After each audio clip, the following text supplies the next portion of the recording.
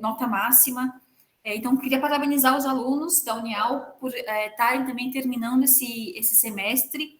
Eu sei, todo mundo sabe da parte da direção, da coordenação e os professores também, que é difícil vocês manterem, é difícil o aluno se manter numa aula, numa universidade à distância, que é um horário que é complicado às vezes, né?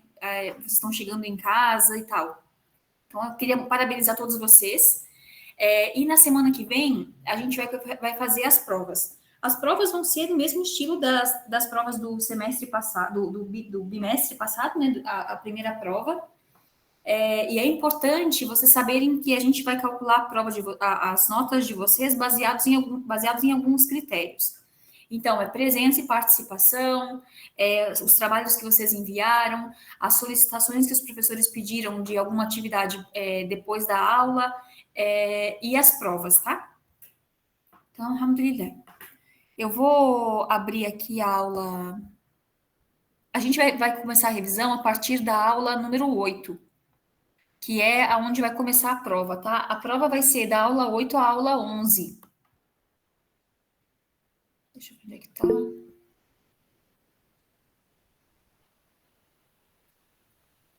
Outra coisa, vocês não precisam decorar nada, tá? A prova não precisa decorar nada.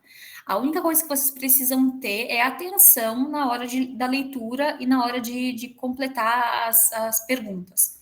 Mas a prova está bem tranquila, bem fácil. É só vocês prestarem atenção para não cair assim, uma questão é parecida com a outra. É só nesse sentido mesmo. Professora, Pois não. sobre as provas, elas vão ser alternativas ou como que vai ser? Múltipla escolha, prova de múltipla escolha. Não vai ter mais. A gente, como na última aula de direitos humanos, na última prova de direitos humanos, eu pedi para vocês escreverem e ficou bem complicado para todos nós, tanto para eu dar nota quanto para interpretação. Aí a gente decidiu que vai fazer prova de múltipla escolha. Não é sim ou não, né? É prova de múltipla escolha. Então, na minha Sim, de prova são alternativa. 3. Isso, na minha Beleza. prova todas elas são 3 alternativas. Eu acho que na maioria dos professores também. Então, Beleza. na aula número 8, a gente começou a ver, depois que acabou o primeiro bimestre, né, foram os 3 meses, a gente começou a ver sobre quais são os direitos que o Islã nos dá, como muçulmanos e como indivíduos. Então, a gente viu que o Islã, ele dá direito a uma vida segura, ele oferece a pessoa e faz com que ela vá buscar ter uma vida segura. Como isso? Através da sociedade em que ela vive, onde Deus estabeleceu. Gente, vocês querem que eu compartilhe a minha tela com vocês? Ou vocês estão vendo, vocês estão observando na aula 8? Eu estou olhando. Tá. Por Então, favor, se puder compartilhar, professora. compartilho sim. Só um momento que eu já compartilho.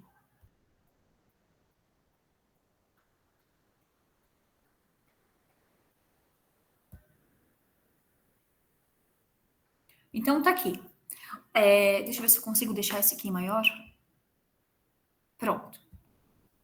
Então, o Islã dá o direito à pessoa a uma vida segura. Por quê? Porque o Islã estabeleceu que a sociedade tem direitos e deveres. Então, tem aquelas questões que as pessoas têm funções, né? E isso Allah fala no Corão, que um dos direitos da vida em sociedade é que a pessoa viva em segurança. Por quê? Porque é um crime grave, é um pecado grave a pessoa tirar a vida de outra. E Allah fala nisso no Corão, quando ele, louvado seja, diz: quem salvar a vida de um ser humano é como se tivesse salvado a vida de toda a humanidade. Também deu a segurança da vida e da propriedade, e isso a gente viu bastante, que o Islã estabelece, oferece e estabelece para o ser humano uma vida segura e também uma vida próspera. E isso a gente viu relatado em algumas vezes, e principalmente no sermão da despedida, né? Que o profeta Muhammad sallallahu alaihi wasallam falou: suas vidas e propriedades são proibidas uns aos outros até que encontrem seu Senhor no dia da ressurreição. Depois está falando também sobre a segurança da vida privada e a dignidade. Nisso, a gente comentou que o Islã reconhece o direito de todo cidadão da nação e que não deve haver interferência ou usurpação da privacidade de ninguém. Depois tem também, quando o profeta fala que falando para os seus seguidores, né? Que um homem não deve entrar nem mesmo em sua própria casa de repente. Então, isso mostra que o Islã ele preserva a vida do ser humano na sociedade e também dá direito da vida privada da pessoa como o indivíduo próprio. A gente também viu sobre a segurança, a liberdade individual, que nenhuma pessoa pode ser presa ou ser julgada sem que ela tenha sido julgada por um tribunal, sem que ela tenha sido ou liberta ou ter estabelecido para ela alguma penalidade sem que fosse passado por um tribunal.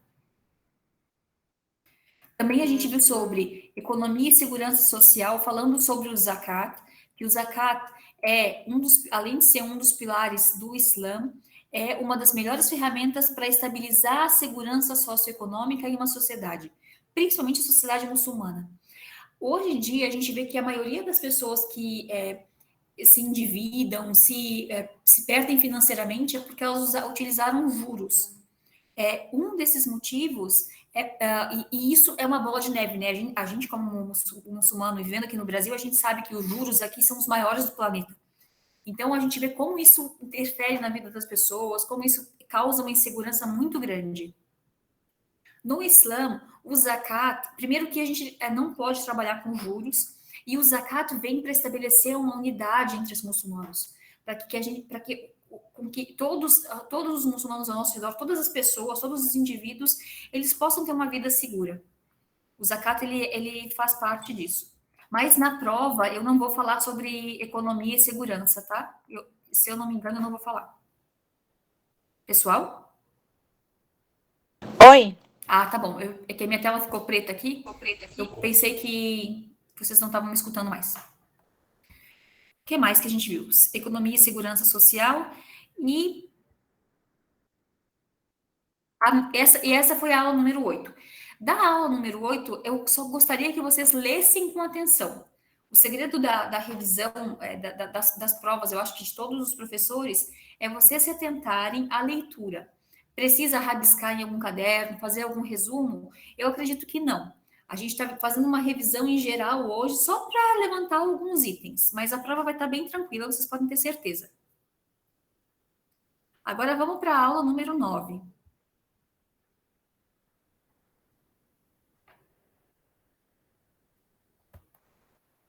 Na aula número 9, a gente viu sobre a garantia, os tipos. Vocês estão vendo agora a aula número 9? Não. Então, deixa eu colocar aqui, peraí.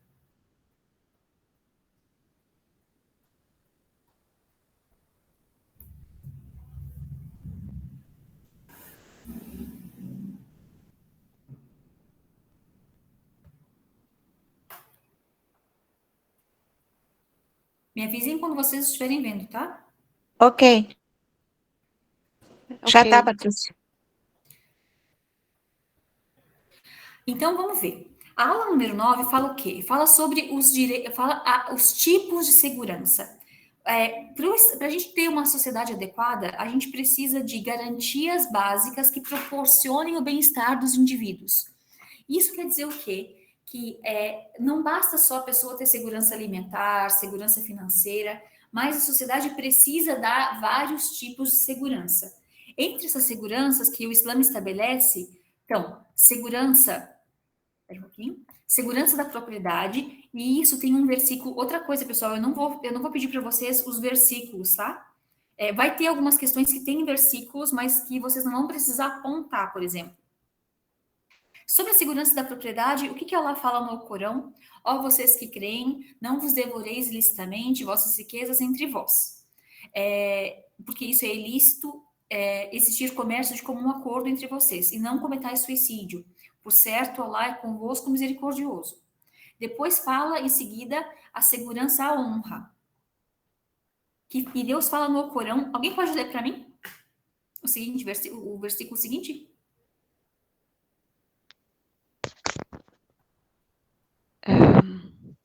Deus diz, e aos que acusam de adultério as castas mulheres, em seguida, não fazem vir 4 testemunhas, açoitai-os com 80 açoites, e jamais lhe aceiteis testemunho algum, e estes são os perversos. Isso. Então, falando sobre a honra. Agora, sobre a segurança à vida. Quem é que pode ler, por favor?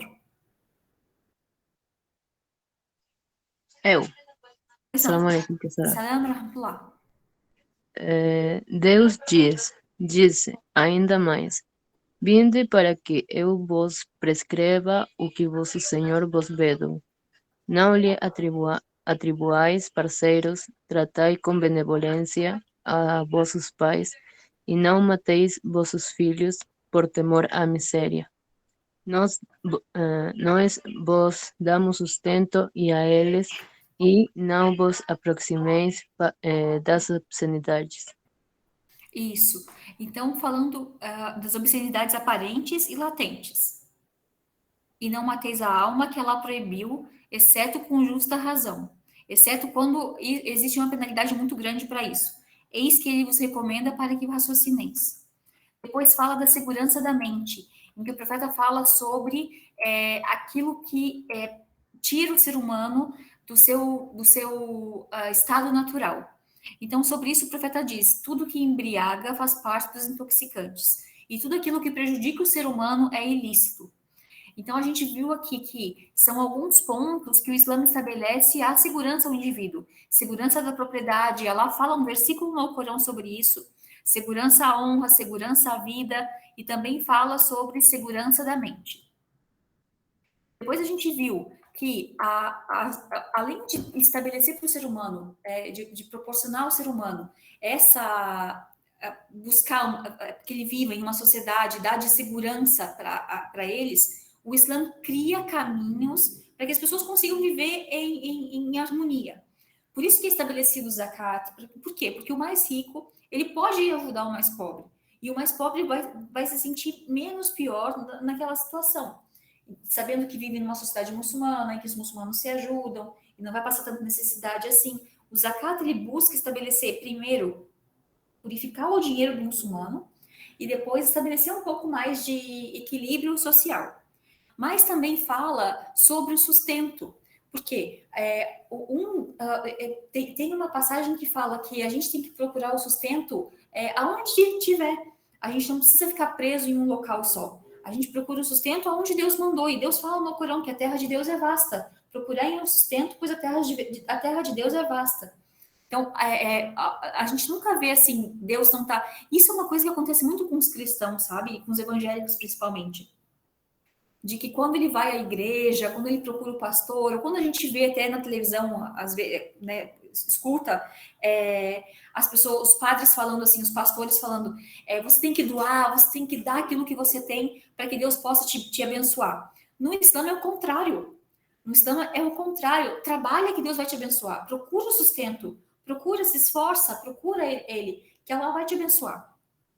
Com isso, está falando também sobre, nesse contexto, o profeta Muhammad sallallahu alaihi wasallam disse que um de vós tenha que levar a sua corda, amarrar um lote de lenha e carregar nas suas costas para vendê-la, a fim de que Deus lhes agracie, evitando pedir esmola. É melhor do que pedir às pessoas que o darão ou rejeitarão. Então o profeta falou que, mesmo que vocês tenham que fazer um trabalho pesado, de amarrar nas suas costas um monte de lenha, e vender isso, ou seja, trabalhar pelo vosso sustento, se esforçar pelo vosso sustento, é melhor do que pedir para as pessoas, pois ou elas vão dar para vocês ou elas vão rejeitar. Então, o Islã incentiva isso, incentiva tanto a busca do conhecimento como a busca do próprio sustento. E também estabelece que a pessoa que trabalhou, que ela seja paga antes que o suor do rosto dela seque.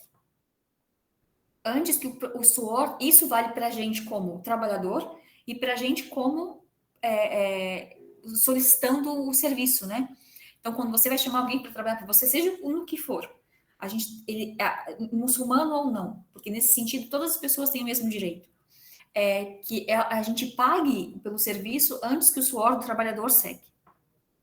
Também garantiu uma previdência para os muçulmanos pela incapacidade. E isso a gente viu também, além na Sunna do profeta Muhammad sallallahu alaihi wasallam, a gente viu bastante quando o Omar, o califa do profeta Muhammad, ele se estabeleceu na Palestina e dava para as pessoas, aquelas que eram incapacitadas, uma quantidade para elas poderem viver sem que elas precisassem pedir. E isso era para muçulmanos e não muçulmanos também, porque elas pagavam a dízia, elas pagavam o imposto. Então, o Omar viu uma vez um judeu pedindo, um velho pedindo comida, e ele falou, isso é injusto, porque ele paga pra gente, ele pagou uma quantia para que quando ele ficasse velho, ele ficasse sossegado, né? E aí estabeleceu que fosse paga para ele também. E o profeta Muhammad disse, sallallahu alaihi wasallam disse, quem deixar fortuna servirá como herança para a sua família, mas aquele que deixar dívida ou agregados, que são as crianças, aquelas pessoas que eram dependentes dele, tomo ele, o profeta Muhammad, tomava a responsabilidade de cuidar. E eu sou o custódio dos crentes. Nisso a gente vê que a sociedade muçulmana é obrigatório entre a gente canalizar os pobres e os necessitados, doar aos pobres e aos necessitados. Gente, eu tô falando isso para vocês, mas eu como muçulmana vivendo aqui, ou vivendo, não sei, em outras sociedades, e talvez a gente encontre isso, essa caridade com mais facilidade, é difícil a gente entender essa situação, né? Porque a gente sabe de um monte de muçulmano que passa necessidade, que passa mesmo necessidade, às vezes por ter se tornado muçulmano, por ter aceitado o Islã e a família não aceita, e a gente não consegue canalizar esse bem, essa fonte, né? Essa quantidade, esse dinheiro para essas pessoas. Então, nessas aulas a gente consegue ver bastante que o Islã, aquilo que Deus estabeleceu, alhamdulillah, é tudo perfeito. Aquela ordem que Deus mandou, aquele caminho que Deus mandou os muçulmanos seguirem, que é o que a gente deveria seguir sempre, e que não é, e quando não é seguido, a gente vê uma desordem. Eu acho que tem uma irmã que está com a gente aqui, deixa eu ver se ela está aqui, que ela pode contribuir na nossa aula bastante hoje. A irmã Aline. Aline, está com a gente?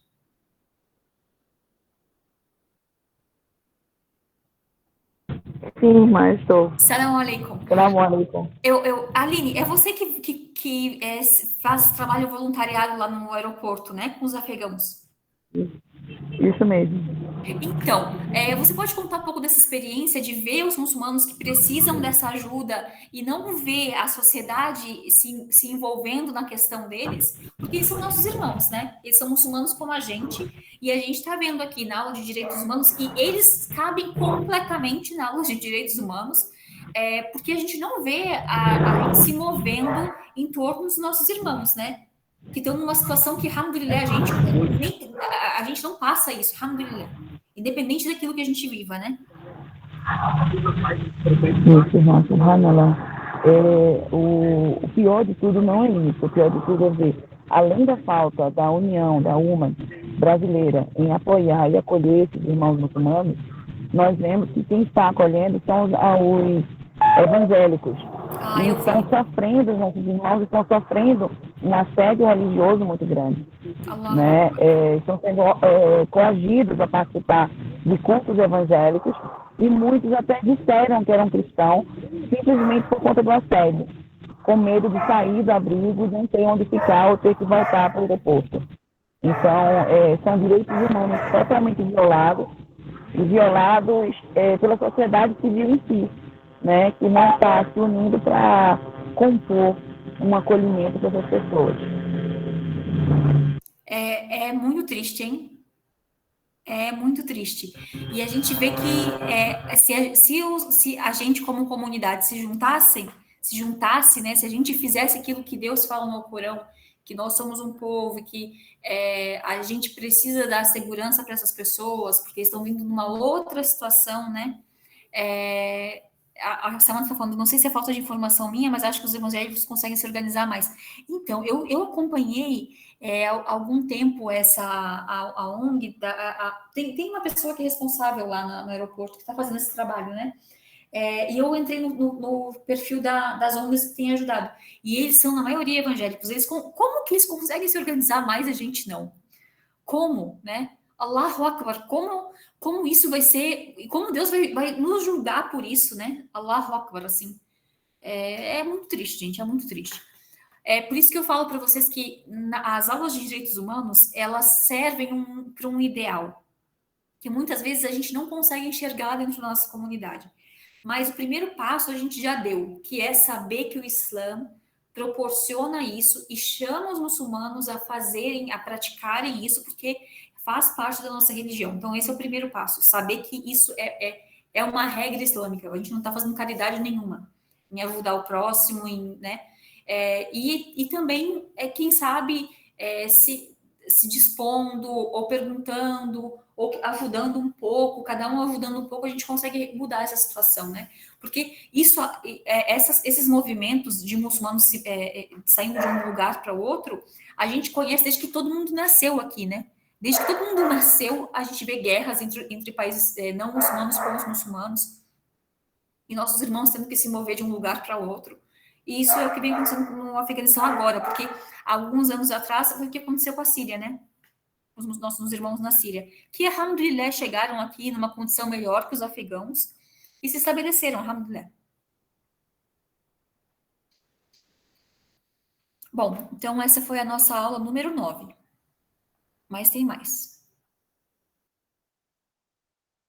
Aqui a gente acabou falando bastante sobre a condição, a segurança financeira e também a segurança para quem já passou de alguma idade de previdência, né? E também provisão de condições de saúde. Falando que a gente é negado para a gente, não é permitido para a gente aquilo que pode causar dano ao ser humano, como o consumo de inebriantes e drogas, além de outros, né? Qualquer outra coisa que prejudique o ser humano não é permitido. Depois a gente falou sobre o consumo de carniça, sangue e carne de porco, que é algo que foi proibido, a proibição de práticas indecentes, a proteção da sociedade e a disponibilidade de meios saudáveis para essas pessoas. A gente também comentou que na época do Covid, a gente teve que ficar em quarentena, né? Mas que o profeta Muhammad já tinha estabelecido isso há 1400 anos atrás, quando ele, sallallahu alaihi wasallam, disse: se vocês ouvirem que alguma peste atingiu determinado local, não entrem nela, e se for atingida enquanto vocês estarem nela, não deixem ela para trás. Então, se isso acontecesse na época do profeta Muhammad, quem sabe, sallallahu alaihi wasallam, a gente não ia ter esse prejuízo todo que a gente teve de vida, de tudo, né? Porque ele, sallallahu alaihi wasallam, já falou que se tiverem alguma doença em algum local, não entrem nesse local, nem saiam dele. Fiquem reclusos para que, quem sabe, assim, fique controlado. Para vocês verem que o Islã, Allahu Akbar, tanto na Sunna quanto, lógico, né, tanto no Corão como na Sunna, a gente tem só benefício, alhamdulillah. Então, essa foi a nossa aula número 9. Agora vamos para a aula número 10. Vou colocar aqui para vocês. 8, não era? Pois não. Tu estavas na aula 9. 9, tá. Isso. Agora a gente vai para a aula 10. Tá, obrigada.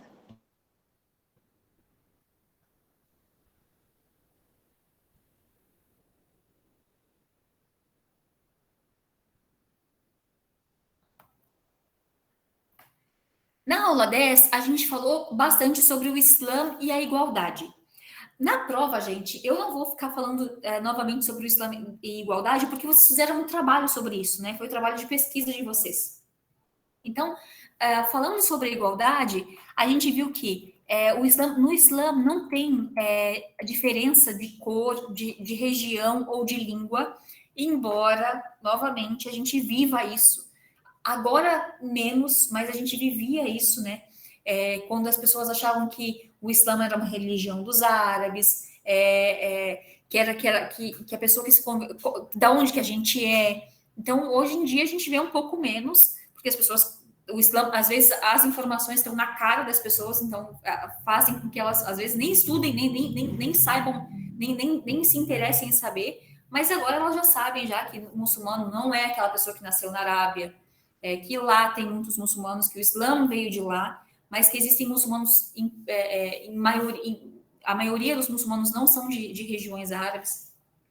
Então, não existe distinção por conta da cor, da região e da língua, e isso é muito relatado, e o nosso maior exemplo é quando o profeta Muhammad, sallallahu alaihi wasallam, chama o Bilal para fazer o azan em cima da Kaaba, que era um negro e escravo. Não foi à toa, e nunca foi à toa, nenhum ato do mensageiro de Deus. E isso prova para a gente que Allah eleva as pessoas como Ele quer. O profeta Muhammad sallallahu alaihi wasallam, quando chegou em Meca, na conquista, quando ele voltou para Meca, quando a gente fala conquista, parece que foi conquistado com guerra, com batalha, mas não. O profeta Muhammad sallallahu alaihi wasallam entrou em Meca na completa paz. E quando foi fazer o chamado da oração em cima da Kaaba, foi a primeira vez que o chamado da oração foi feito lá. Ele chamou quem? Ele podia ter chamado qualquer pessoa, mas chamou um homem que era negro, não era árabe, e foi escravo. E Allah elevou ele para fazer o primeiro azan numa das pontas da Kaaba. Isso mostra que quanto que nós somos fracos e quanto a gente não sabe nada da nossa religião, ou sabe e não pratica, né?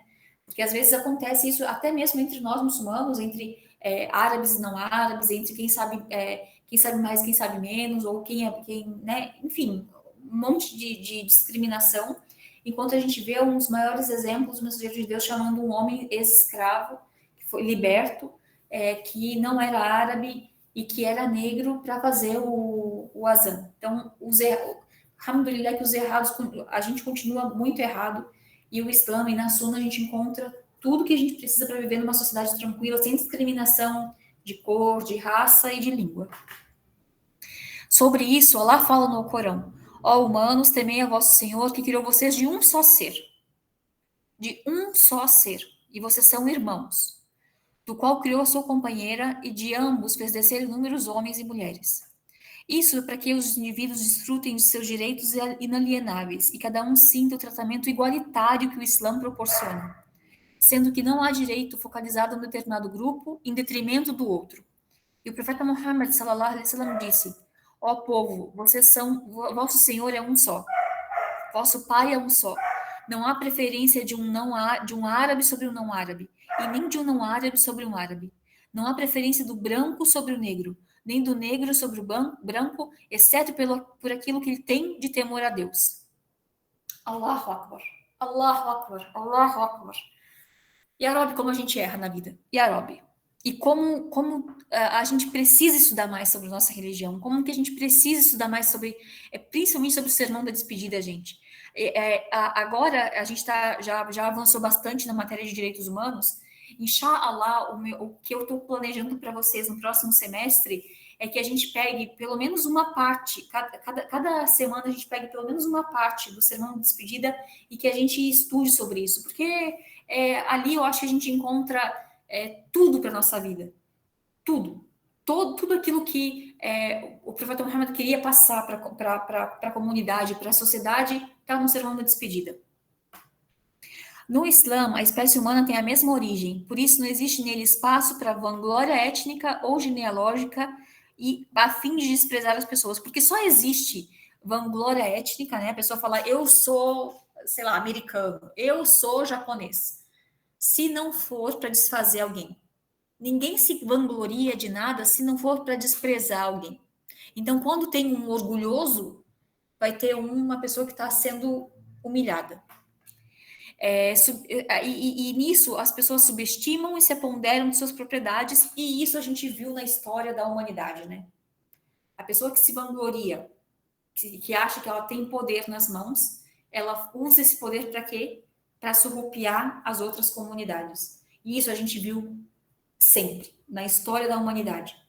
E principalmente na história contemporânea, né? Não tão contemporânea assim, mas desde a história do descobrimento do Brasil, a gente vê isso. Quando os europeus entraram nos países muçulmanos e acabaram com os muçulmanos lá, quando entraram em países que tinham maioria muçulmana e depois acabaram com os muçulmanos lá e fizeram voltar as religiões que não gostavam dos muçulmanos, como, por exemplo, na Índia. Quando entraram no Brasil e acabaram com os índios aqui.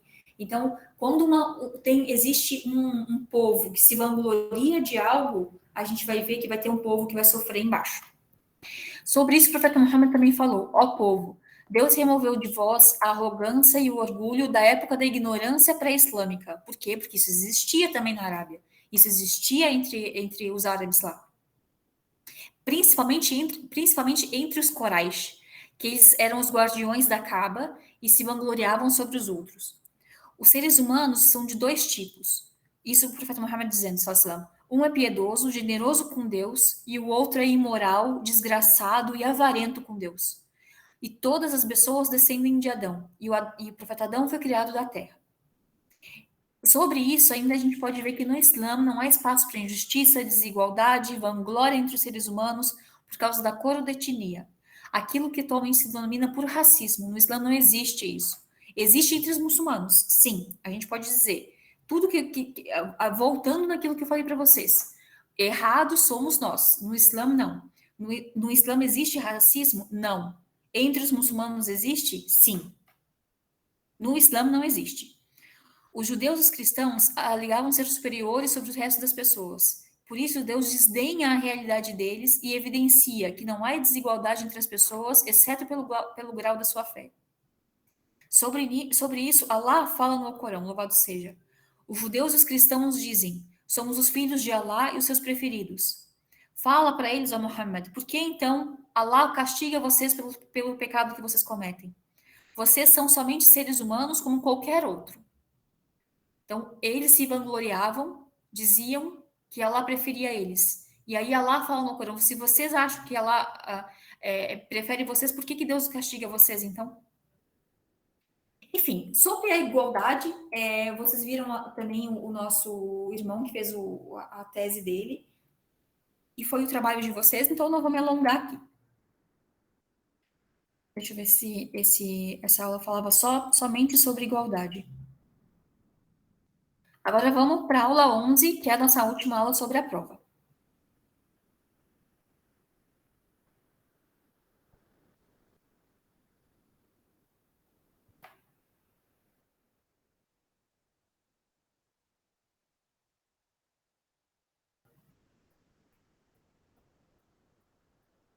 Vou apresentar aqui.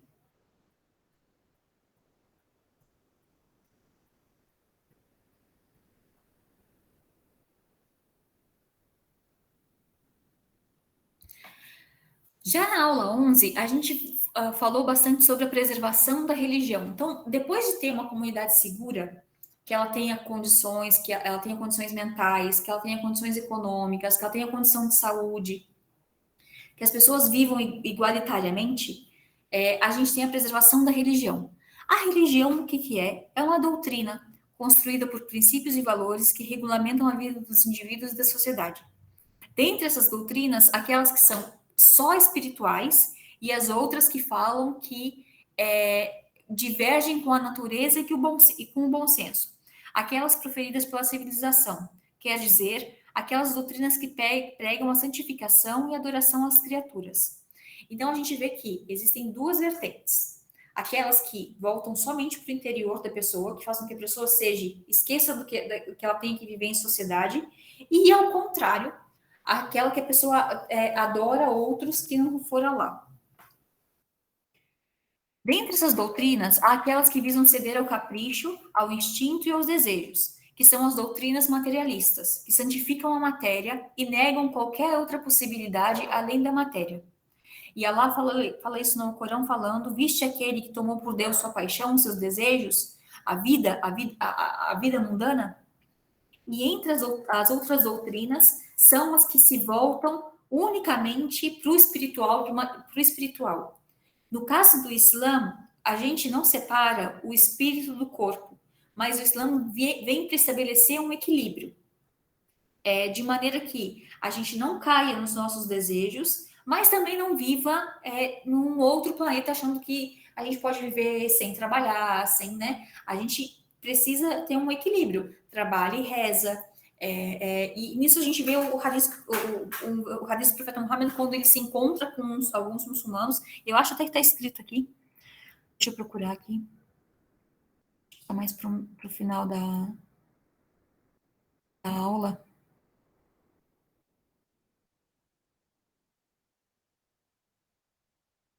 Eu lembro que eu tinha escrito para vocês isso.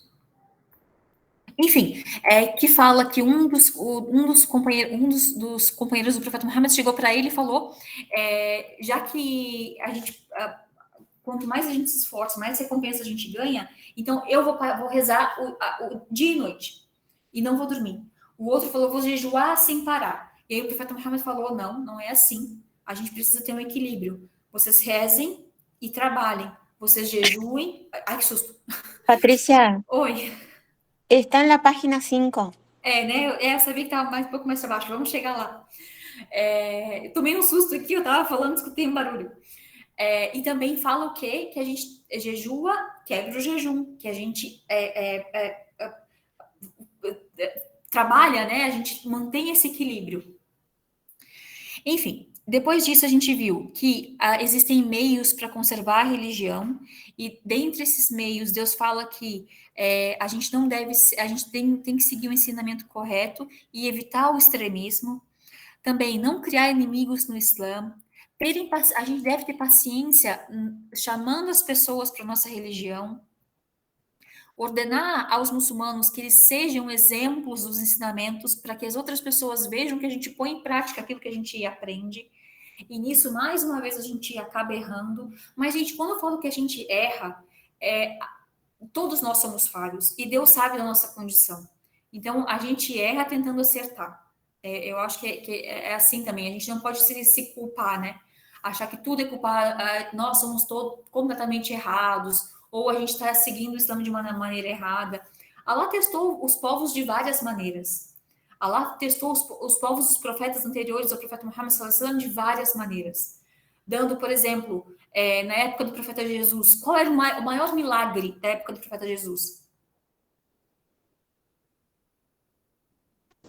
A medicina. A medicina, exatamente. Então, provou eles como fazendo com que o profeta Jesus pegasse um pássaro e ele voltasse a viver. Na época do profeta Moisés, qual era o maior milagre? Era a magia. E o que Deus concedeu a ele? Que ele pegasse um graveto, um pedaço de tipo um graveto, uma bengala, e ele batesse e ela se transformasse numa serpente. E aí, mais uma vez, provando os monoteístas, as pessoas naquela época, o que aconteceu? O faraó foi lá e falou, Moisés, tá querendo competir? Então eu vou chamar os maiores mágicos daqui. Chamou eles, todos eles fizeram a mesma magia que o profeta Moisés. E, por fim, o profeta Moisés tocou o cajado. E aí, o que aconteceu? O cajado do profeta Moisés comeu todas as cobras que estavam ao redor. Então, Allah prova as comunidades desse jeito, Allah prova os muçulmanos desse jeito. Allahu Alam, qual é a aprovação que a gente está tendo? Sem dúvida que nós, muçulmanos, somos os mais provados, independente de onde a gente esteja, independente de onde a gente viva, que é mais difícil ser muçulmano aqui no Brasil, todo mundo sabe. Agora está um pouco mais fácil, porque as pessoas ainda reconhecem a gente, né? Sabem que a mulher que usa lenço é porque ela é muçulmana, não tem tanto problema igual tinha antigamente, mas a gente é provado de várias maneiras. As muçulmanas, as mulheres principalmente, porque é muito difícil a gente conseguir emprego, por causa do lenço, não pelas nossas capacidades. Às vezes é até mais difícil a gente conseguir emprego por causa do lenço, porque a gente tem que provar que é capaz. A gente tem que provar. O que seria uma facilidade para a gente, às vezes torna uma dificuldade. Se a gente vai fazer uma entrevista de emprego sem lenço, a pessoa vai olhar seu currículo ali, tá ótimo. Agora, a gente de lenço, a gente tem que provar que a gente é capaz. Chega a ser um absurdo.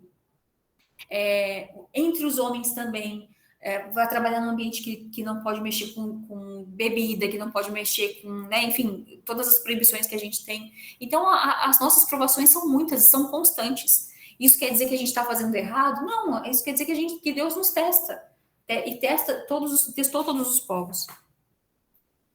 Também ordena, na preservação da religião, que a gente tenha misericórdia com as pessoas, e que recompensa grandiosa que a gente vai ter por chamar as pessoas para a nossa religião, né?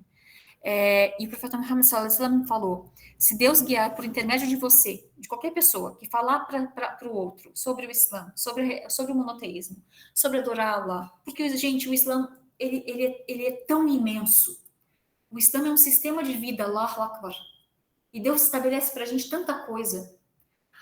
Eu costumo dizer assim que o Islã ensina a gente desde como a gente entrar e sair do banheiro até a nossa conexão maior com o nosso Criador. O Islã é tão imenso que a gente às vezes pensa assim, nossa, quando uma pessoa vier perguntar do Islã para mim, eu tenho que falar tanta coisa, mas não, gente. A gente tem que ensinar para as pessoas o quê? Adora somente a Deus. Deus que te criou.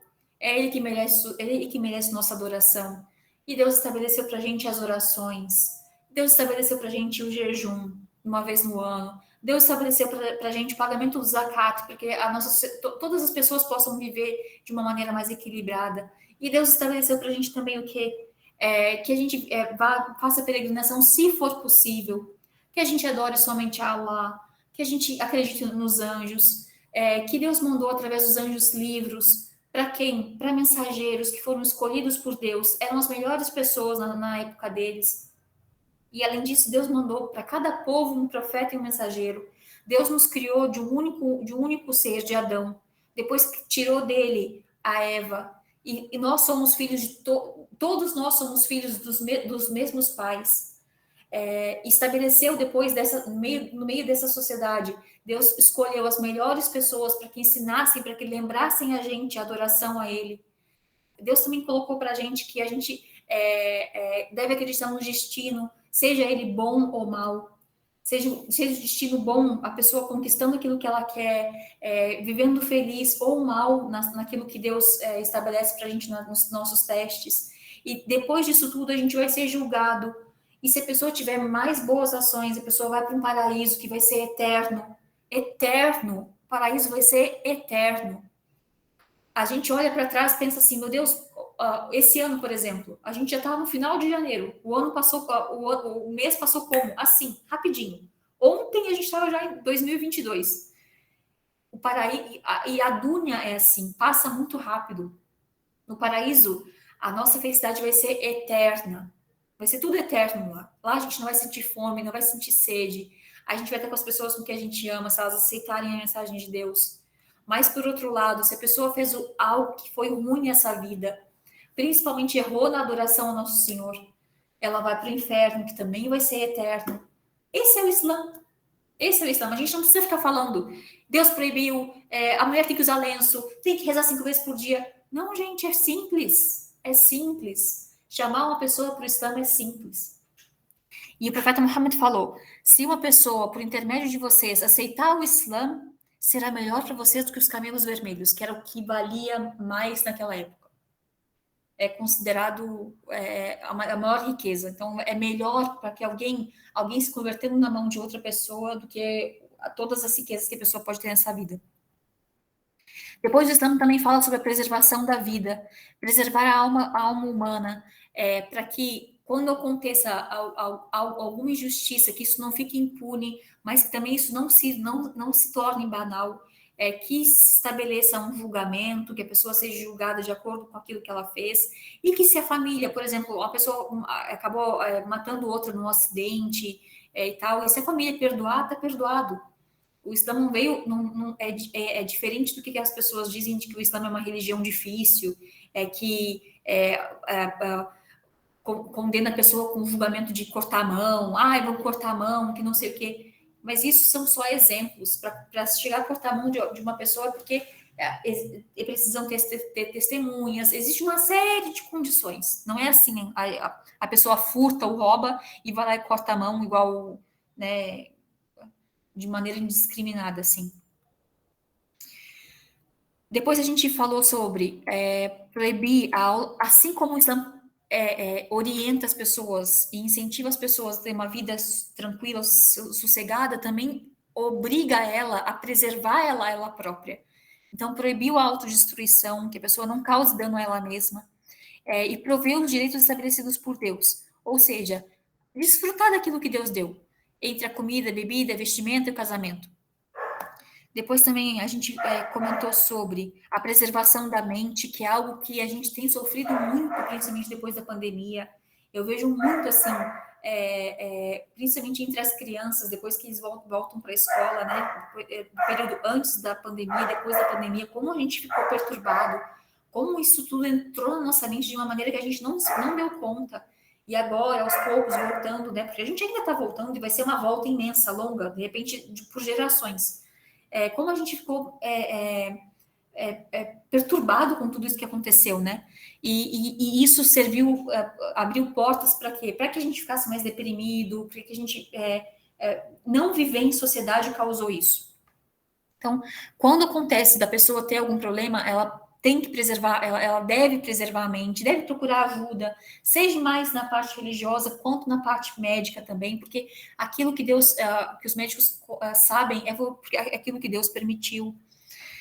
Depois a gente viu também o quê? Que o Islã, como medida de combate, como medida de evitar que a sociedade se perca, uma das maneiras de preservar a mente é se afastar daquilo que Deus proibiu. E uma dessas portas de entrada que arruinam a sociedade é a bebida. Então, Deus fechou todas essas portas, fazendo com que o Islã proibisse a produção, 10 passos para que isso fosse completamente proibido. Então, o profeta Muhammad disse, o álcool foi amaldiçoado em 10 formas. Primeiro o álcool, depois quem produz para si mesmo, aquela pessoa que vende, que compra, que transporta, para quem for transportada, para quem tira o seu lucro, né, benefício daquilo, para a pessoa que consome e para a pessoa que serve. Então, o Islã preserva a mente do ser humano de uma maneira que, evitando de todas as maneiras que aquilo ocorra, né? Tirando o mal pela raiz, como a gente fala aqui. Então, pessoal, essa foi a nossa revisão da prova. O que eu tenho para falar para vocês é só leiam novamente o texto e a prova é bem tranquila, múltipla escolha. Inshallah. O Muhammad falou que vai sair para o Maghrib, Allah takaballahu minkum. A Mara estava falando que ela estava assistindo algo sobre a prova ontem. A Dana falou, o conteúdo da prova vai ser somente o que estiver escrito nas apostilas que você passou. Não precisa... Gente, a prova vai ser fácil. Fiquem bem tranquilos. Eu vou revisar a prova de novo essa semana. Todas as provas vão ser disponíveis a semana que vem.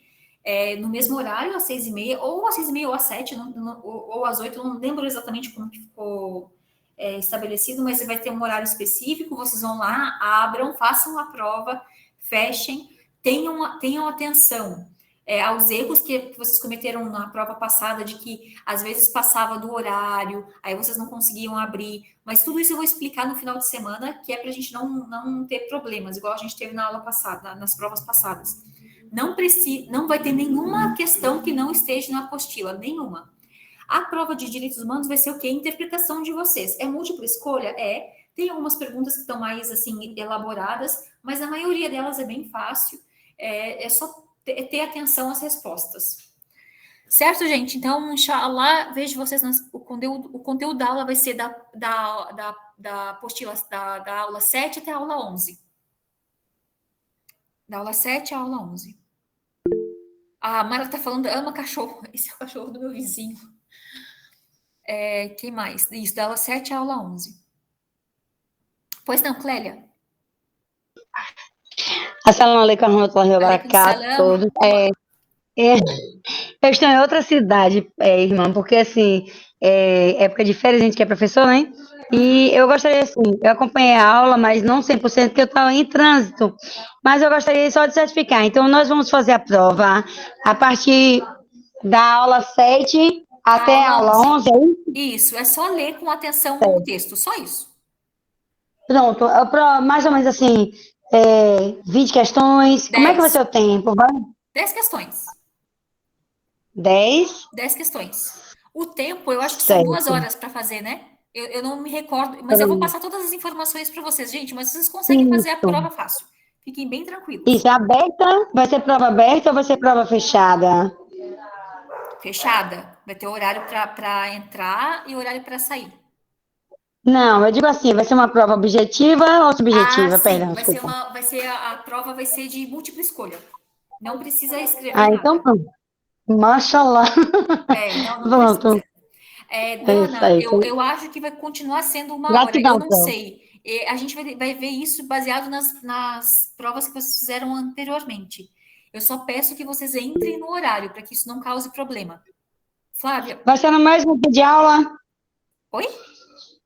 Vai ser no mesmo dia de aula? Vai ser na quinta-feira? No mesmo dia, direitos humanos, sim. Todos os professores vão ter as aulas no mesmo dia, no mesmo dia. É assim, segunda jurisprudência, terça-feira Akida, quarta-feira Cira, quinta-feira direitos humanos, e sexta-feira é a prova do Shah Mohammed, mas dele é bem tranquila, né? Porque não é igual, não é escrita assim, o Shah Mohammed é de outro Isso. jeito. Para que ela fique. Fique baraka. Certo, pessoal? Então, inshallah, desejo que vocês... Dorothy, pode falar. Assalamu alaikum. Walaikum salam wa rahmatullahi wa barakatuh. Professor, porque a senhora tinha falado que era a partir da aula 8 até a 11. Aí agora mudou, é da 7 a 11? Peraí, gente, que agora eu fiquei com 8, da 8 a 11. Da 8, da aula 8. Porque a Da 7 aula foi do... Isso, a 7 foi da aula do bimestre passado, né? É isso, Jazakallah khair. Isso, da 8 a 11. Mas se vocês quiserem ler a 7, também está ali disponível. Mas não vai cair na prova, não. Gente, a prova vai ser bem tranquila. Se vocês prestarem atenção no que a gente estava lendo hoje, é bem tranquilo. Da 8 a 11. 8, 9, 10, 11. Isso, 4 aulas. Uhum.